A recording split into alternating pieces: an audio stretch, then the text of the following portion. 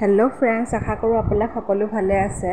শাওণ মাহৰ প্ৰথমটো সোমবাৰৰ দিনাখন বিশেষকৈ মন্দিৰলৈ গৈ যে বিৰাটেই ভাল লাগে আৰু শিৱ ভগৱানক সেৱা অৰ্চনা কৰি আৰু ভাল লাগে। ওচৰতে বেলগছ এজোপাও আছে।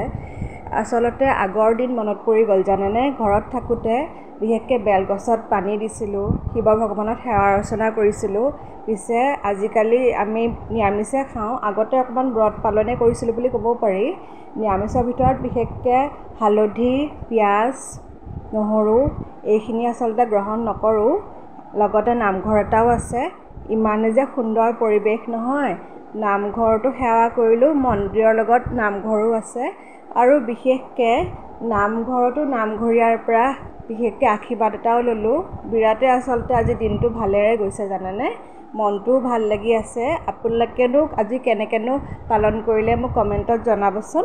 আৰু লগতে আমি প্ৰসাদো গ্ৰহণ কৰিলোঁ।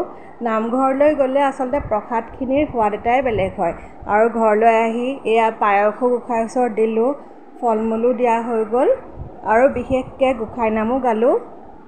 এইখিনি কৰি যে বিৰাটেই আচলতে ভাল লাগে জানেনে বাৰু।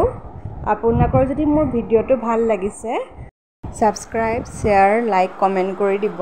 আৰু বিশেষকৈ ৰাতি খাবলৈ কাৰণে সিদ্ধ আহাৰেই গ্ৰহণ কৰিম বুলি ভাবিছোঁ। আচলতে ঘি এয়া পৰঠা বনাই লৈছোঁ, দাইলো বনাই লৈছোঁ সিদ্ধকৈ, আলু ভাজি ঘিতে ভাজি ল'লোঁ, বিশেষকৈ ফলো লৈ লৈছোঁ আৰু ভগৱানৰ ওচৰত দিয়া পায়সো লগতে লৈ লৈছোঁ। আজিৰ কাৰণে আহিছোঁ তেন্তে, শুভৰাত্ৰি।